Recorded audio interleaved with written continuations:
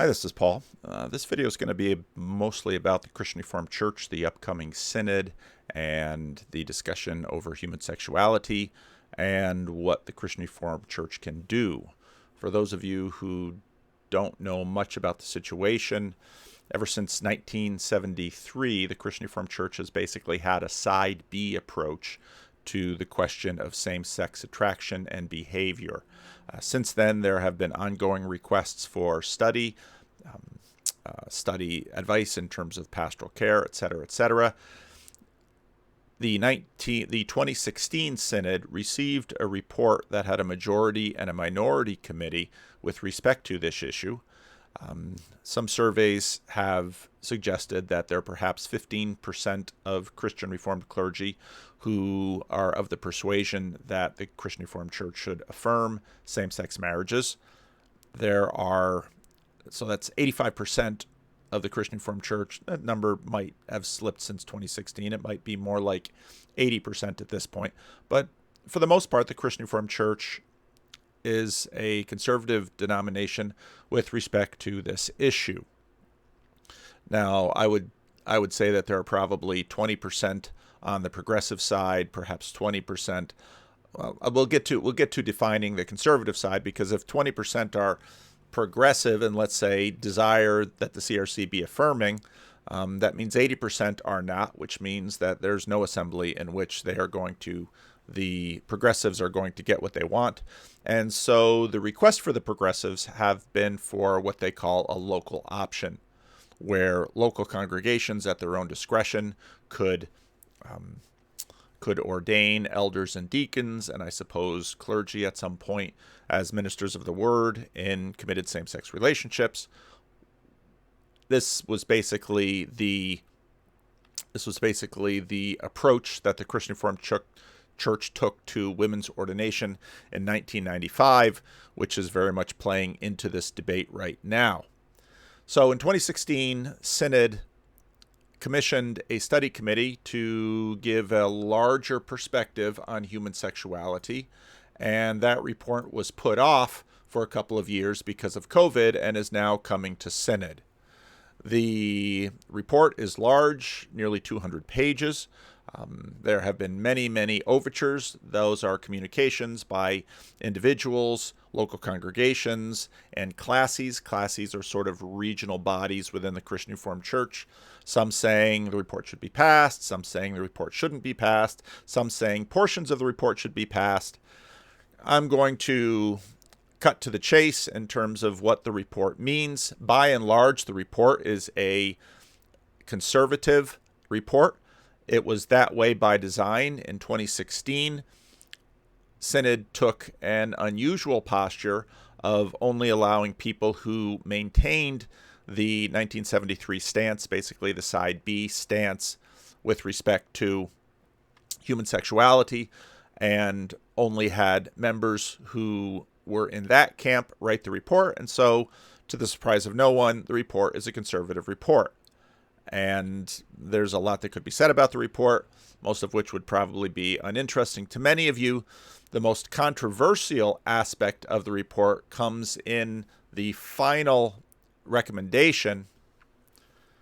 So the first two recommendations basically assert that the report is good and can be used for teaching in the Christian Reformed Church, which is pretty standard language for Christian Reformed synodical reports, and those are debated in some of the overtures.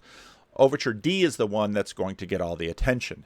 That Synod declare that the Church's teaching on premarital sex, extramarital sex, adultery, polyamory, pornography, and homosexual sex already has confessional status. Now, when the report says confessional status, what that triggers is the tradition of confessionality, where there is a form of subscription. That's what it used to be called. Now it's called a covenant of office bearers, that when you sign the covenant of office bearers, you basically say that you subscribe to the doctrinal positions of the Christian Reformed Church. Part of the debate that arose from this was that many argued that the synodical committees basically arguing for a side B posture were pastoral advice and therefore not binding on the Christian Reformed Church. Since then, Neeland Avenue, a historic congregation in southeast Grand Rapids, ordained a woman in a same-sex marriage to the office of deacon and reported that to the church. It had been commonly known, there's an activist group within the church called All One Body that at one of their meetings had basically articulated that they were going to bring test cases to the denomination, basically to see if the denomination would discipline. Classis Grand Rapids East, which is the Classis, the way the Christian Reformed Church works is there are local congregations, and they are all within a Classis, which has a certain amount of responsibility over those churches, and those churches form that Classis, and then Synod is over all of the Classis. Classis Grand Rapids East has made a number of statements that pretty much suggest they're not going to act against Neeland. Therefore, during the period of COVID, when Neeland declared that this was happening, Grand Rapids East basically decided to do nothing about it. There have been overtures to Synod to, in some way, discipline Neeland Avenue, Classis Grand Rapids East. How to do that gets into a lot of complicated denominational machinery. And there are overtures with respect to those kinds of things. Basically, that's where the conflict lies, both with respect to Classis Grand Rapids East, Neeland Avenue. Another one of the congregations in Classis Grand Rapids East has basically, other churches, it's clear, have would like to have an affirming posture, and they would like to see the denomination adopt an affirming posture, and if not that, then at least adopt the local option, which I just explained a minute ago. But this point, point D, is really the sticking point, because if this passes, then you have the question, if this position articulated by this synodical committee, basically the side B posture, is approved, are all ministers, elders, and deacons, including a lot of Calvin University professors.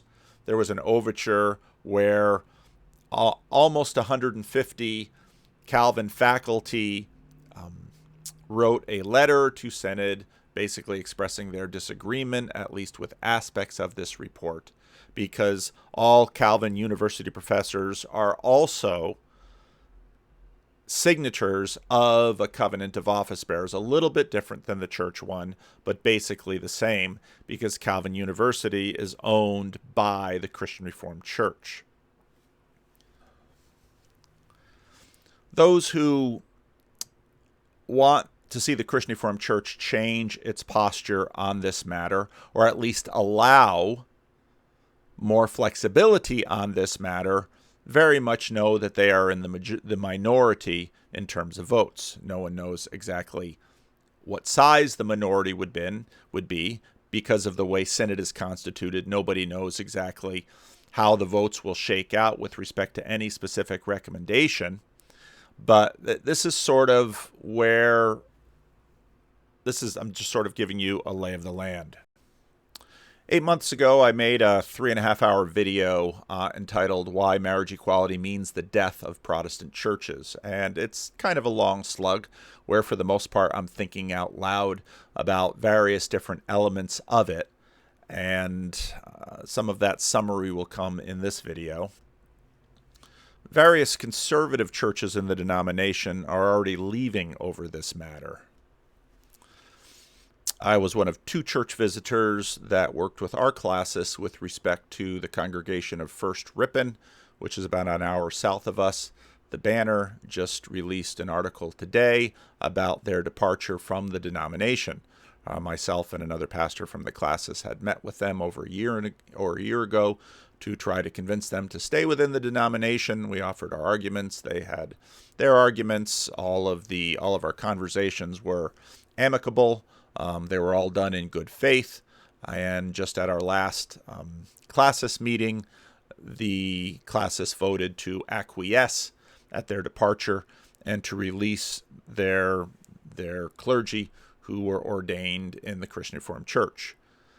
That's a little bit of context to what I wrote. I was writing on CRC Voices, which is a listserv where myself and other people in the Christian Reformed Church and some outside the Christian Reformed Church discuss matters of interest to the Christian Reformed Church. And right now, as Synod looms, I think on the part of many, especially in the progressive wing, there's a fear that Synod is going to act against them. The nature of synods are to try to keep the family together. It's very difficult to do a lot at a synod. Synods sometimes will surprise you, but one of the members of the group asked about a sort of a compromise, and it's kind of a compromise that I had said. Basically, this compromise has been the status quo in the Christian Reformed Church up until this point. So my response to his, I'm not going to share his because it's a private listserv. Anybody can join the listserv, but I'm not going to read other people's postings here on my channel. This was similar to a compromise that I had suggested at the start. It's in practice exactly what the status quo in the Christian Reformed Church is now. There are now likely quietly people who are members and even office bearers of the Christian Reformed Church who have closeted relationships or even marriages. I'm sure that there are local churches that are quietly accommodating, adapting, looking the other way, keeping things quiet, etc., etc. While I'm sure there are conservatives that don't like this, it's likely something they can tolerate, something like don't ask, don't tell. I go back to my 3+ hour argument about ideals and lived reality. And this is in that long video is basically where I make my case that the Christian ideal for marriage is one man, one woman for life. I think part of the problem we have right now is that we are forgetting what an ideal is and how the church stands with respect to ideals. The ideal is one man, one woman for life. That's what the church celebrates, elevates, promotes, pursues. Ideals are exactly that. They are also nested. Ideally, there are children. There's fidelity, there's happiness, there's joy, there's sanctification in the process, etc. Every marriage, even the one man, one woman for life marriages, fall short of the ideal. It's what an ideal is. But the church celebrates the ideal, and it's important for the church to have an idea about the ideal, and for the church, in fact, to state its ideal and to promote its ideal. There are lots of other ideals in language, diet, etc., ethics, etc. Ideals are vital for a community to agree upon and to strive towards. It's part of the point of God's Son. This whole language of God's Son is all about an ideal. The Son of God is sort of the prince on earth representing the king. And in that way, the prince is sort of the ideal citizen of the kingdom. He's the standard. He's the judge. Setting aside the question of where the Heidelberg Catechism stands on this point, that gets into point D. He shall come to judge the living and the dead is part of the Apostles' Creed. And the point that I've been making in some of my rough drafts and some of my Sunday school class is that language is not just a question of, let's say, an image of Jesus on a bench judging the world. It's also an image that Jesus is the standard for humanity against which all human beings are judged. I think that is a part of Christianity. Jesus is the ideal. It's common within Christianity to imagine that we ought to become more Christ-like. That's sort of Protestant language for something like theosis, where we become godly and godlike, being Christ-like. So Jesus is the ideal, and I think that's part and parcel about Jesus being the judge. Jesus is not only the one that judges us. Now, there are some scenarios in which sometimes people imagine God the Father is judging, and then Jesus is our advocate, or the Holy Spirit is our advocate. All of that language, I think, pursues and supports the idea that Jesus is, in fact, the standard against which we are judged. He is the new Adam. One man, one woman for life is the marriage ideal. Okay? Now it's the marriage ideal. And I want to make sure that that is heard. We are still in the grips of whether or not marriage is the ideal over singleness. That is its own debate, that one that can go on. You have what the Apostle Paul says in 1 Corinthians 7. You have it's not good for the man to be alone in Genesis. And so that could be a thriving biblical debate. But the ideal for marriage is one man, one woman for life. Most of what we do in church is to try to help people as best they can with the circumstances they find themselves to take steps towards ideals. We do that all the time in church. Maybe someone is in a bad marriage. We want to help make the marriage better. Maybe someone is drinking too much. We want to have them drink less or not at all. Church is all about helping people towards ideals, but it's vitally important for the church to have ideals, and those ideals actually help create the community by which the church has integrity, identity, and a path forward. This world is not ideal, and none of us achieve the ideals. We seek grace and betterment. In every pastoral situation, we negotiate with less than ideals. We have a lot of variables. Sometimes I give addicts a little bit of money. It's less than ideal, but I judge, rightly or wrongly, in the moment, whether or not it's better than the alternatives. And we deal with that all the time. Often we have two options, none of which are good. And we choose, well, one's a little better than the other. And the way that we judge that is with respect to ideals. But the maintenance and lots of what I do are less than ideal, pretty much everything. But the maintenance and quest to know and attain the ideal is crucial for the shape of the community. The LGBTQ liberation movement has taken on something, at least in many cases, about destroying the ideal of one man, one woman for life. And I think it's that simple. It's evolved fast. I don't think it started out that way, but that certainly seems to be the way that it's going. Those who are seen as out in front of this movement can't say what the ideal is. And this is something that I've often pressed in these conversations. I've challenged those on the progressive side to state what they believe would be a stable, static, permanent ideal for marriage. And some will say 2 persons for life. But that's certainly not where the broader movement is going. And I've often found that few in the debate within the church are willing to state that. Because, of course, what do you do with many other circumstances? Increasingly, marriage is not part of the ideal because it is unattainable for many. We have forgotten what an ideal is, what it is for, and how it shapes life and even blesses those who can't attain it. We see ideals as unjust because they judge those who fall short, and there is no room for such judgment in the New World Order. And I think this is part of what we've increasingly seen out in the public discourse. Increasingly, gender liberationists can't even give a definition of what a woman is. Because, again, such a definition is said to be unjust for people who claim to feel like a woman, but let's say, have a penis. I agree that churches should have space for people who feel like a woman, but have a penis, but that is different from giving up on the ideal of what a woman is. Now, it's easy to jump in and say, well, tell me what the ideal woman is. That's a very difficult thing. But again, we're talking about what the ideal of marriage is.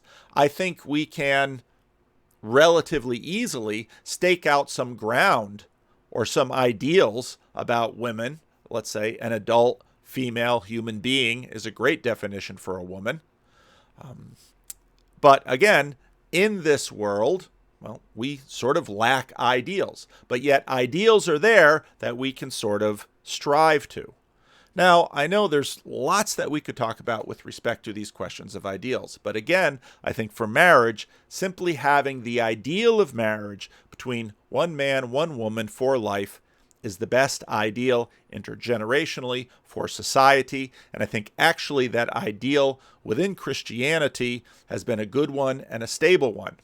Many people can't achieve the ideal. What you do in the process of the church is try to figure out then where the boundary lines are appropriate for all of us striving to attain an ideal. But if you change the ideal, you have a very difficult time figuring out what you should be, where you should go, how the community should be arranged. I'm referring to another minister on the Christian Forum church server. Nate was right when he said that the moment the CRC passes the local option, the cause for justice will be to do what we know will be done because we've been watching it in the public, political, corporate world. Monogamy itself will be seen as unjust because some people can't attain it, while others, because some people can attain it while others fail. Note this piece. There's recently a piece. Most cis people are unwilling to date trans people, according to this new study. And again, the point of the article surprises no one. Let's not have the point of the article surprises no one. But when I read it, I immediately thought of the fact that I know how many friends and family who would love to be dating, but no one wants to ask them out, or they regularly get shot down and they can't go on dates. They're involuntary celibates. I mean, that's one of the terms that's going out. Is that an injustice? Are those people who do not wish to ask them out somehow being unjust by not wanting to ask them out for whatever reason they have? It's absolutely predictable, as if all of us don't have friends and family who never get a chance to date because, for one reason or another, they are unappealing on the dating market. Somehow the cause of justice must step in and denounce bigotry of your own decision to not service the needs of others' desires. Marriage vows are enormously exclusive. A common vow is forsaking all others. Social constructionist argument is that representation matters. And basically, I think in a lot of ways, well, they've made their point. Even Bill Maher, in his recent talk, made the point that the numbers of people who are identifying in this group are rising rapidly, pretty much destroying the sort of universalized born that way. There's tremendous variability within human sexuality, and most of us are completely unaware of the formative experiences, the genetic makeup, all of the different factors that go into the lived experience that we have. We are tremendously malleable in terms of sexual and romantic tastes and desires, and for that reason, ideals count a lot. They, in fact, shape and form our experience before we even have the experience, often not having any understanding of their impact in our experience. This has been a point that's been made by progressives for a while now. So my friend, in many ways, is advocating for what we've had before. The progressives kept demanding synodical report after synodical report, hoping that if we put enough nickels in this slot machine, at some point we'll inch our way towards a more progressive position. In 2016, the decision to rig the synodical report slot machine should have signaled that the herd was getting nervous and that perhaps if progressives wanted to maintain the more subtle don't ask, don't tell status quo, they should probably leave well enough alone. But the cry for justice must never be denied, and so push, which has been the point. Now that might be overstating it a bit. What do we do with the lesbian couple who comes into the church is a fair question, and it is the CRC tradition to seek advice from Synod. But is that really how churches make up their minds these days? The landscape in which our current practice in the Christian Reformed Church with respect to synodical reports has changed dramatically.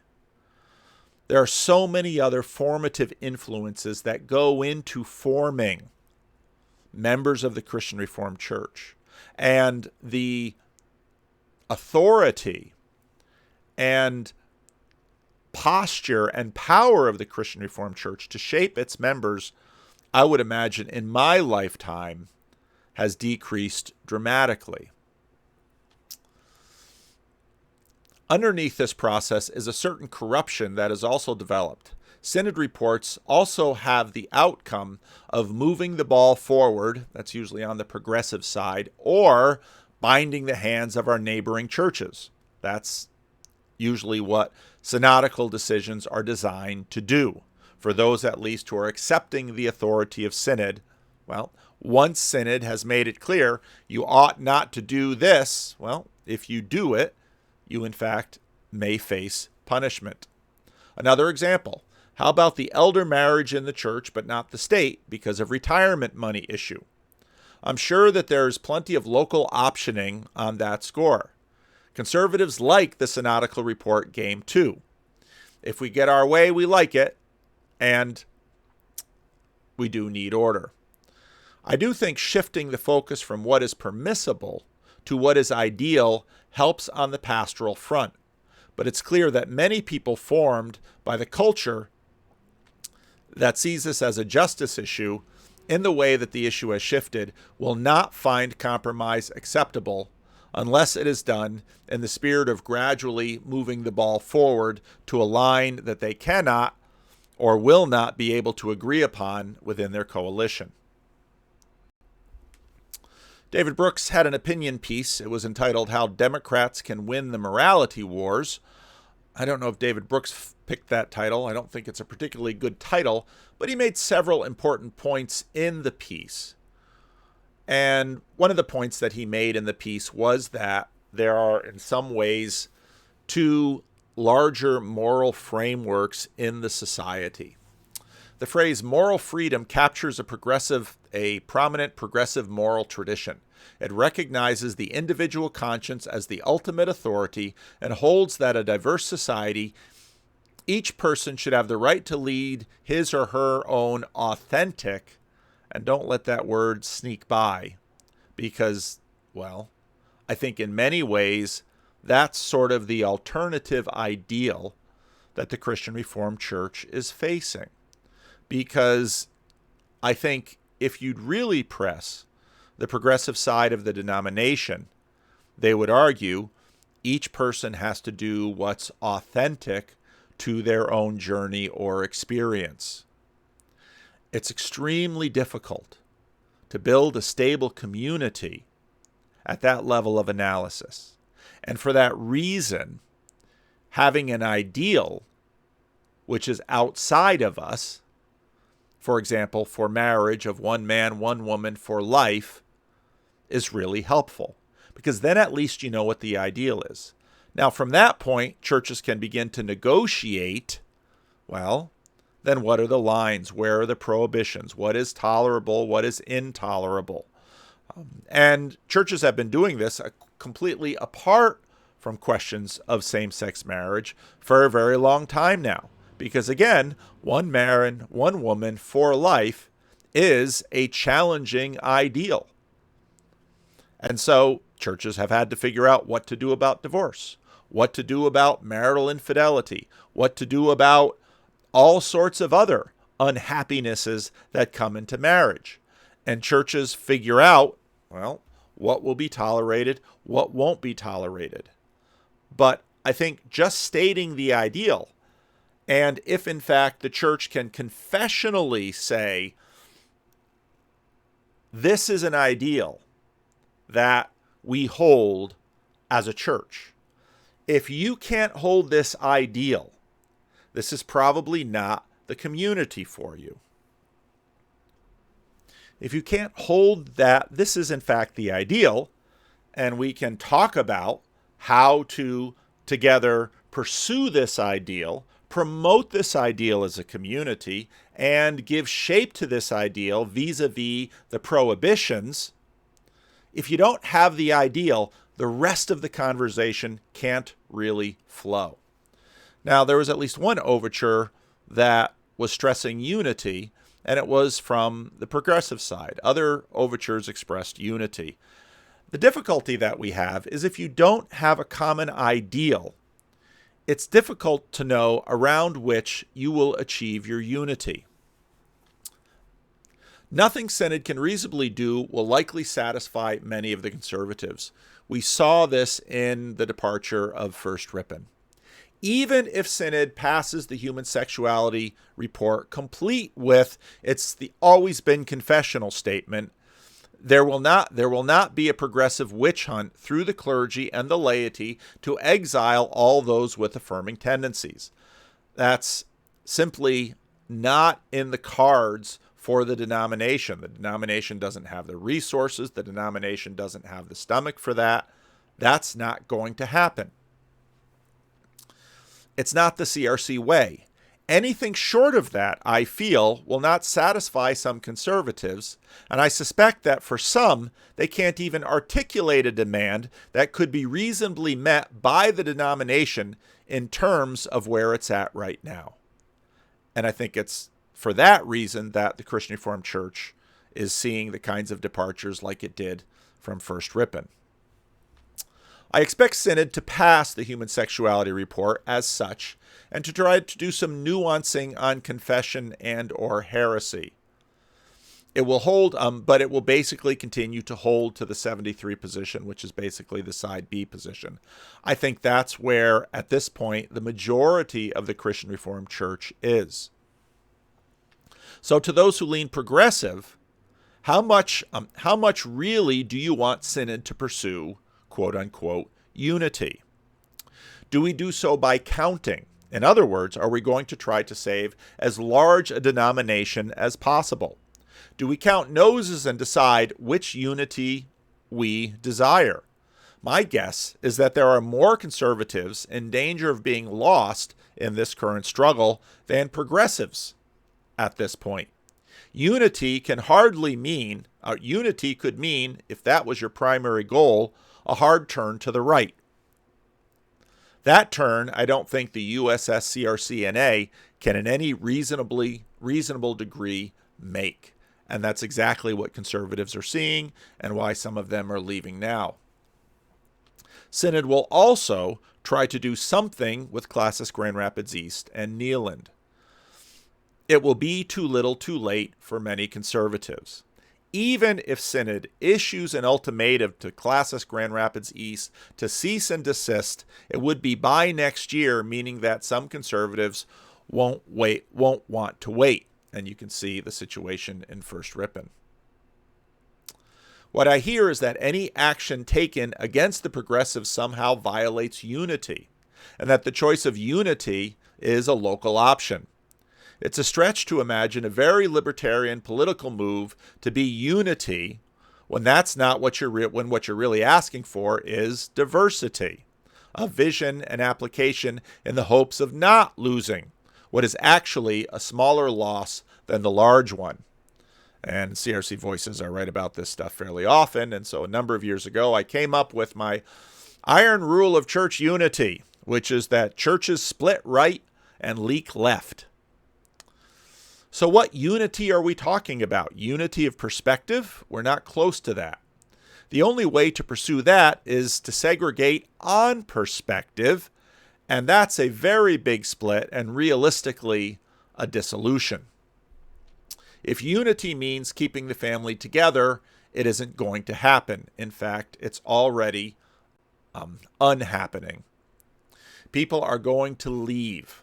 More will leave to the right than to the left simply because there are more conservative people in the denomination than progressive people. But the conservatives will leave as churches. Grand Rapids East and Neeland won't leave voluntarily. Part of this is because, generally speaking, with a denomination like we have, with the dynamics we have in our denomination, for many progressives, even if they don't talk in this way, Their activism is towards changing the minds of those who are more conservative than themselves. That's what they are looking forward to. That's, in some ways, their evangelism. What are the progressives asking for when they say unity? I'm really not sure. It sounds like keep participating in this institution, keep reading our books, keep ministry share money going, keep reading our stories about gay suffering at the hands of the tyrannical traditionalism until you are united with us in our evolved and evolving position. But again, with respect to ideals, it's the ever-evolving part that is very difficult. You can try to evolve towards an ideal. That is, in a sense, a progressive vision of moving towards an ideal. But if you can't state what that ideal is, then it's very difficult to know in what direction you are evolving and what particular changes actually move you closer to the mark and which changes move you away from the mark. Conservatives have no such agenda for progressives. They've given up trying to change hearts and minds and are looking to stop the contamination and to have a more pure grouping of like-minded people so they can continue to teach their children and churches their position. They are looking to be united in their position. No evolved and evolving. Why? Look up conservative in the dictionary. Conservatives are basically saying, we're no longer going to be subject to your attempts to change our mind on the matter, and we're certainly not going to pay for your institutions that are facilitating the mind changing. So whoever wants to promote unity is really going to have to tell us what they are talking about. So there are a few thoughts. I hope they're helpful. Push back in the comments section if you want to.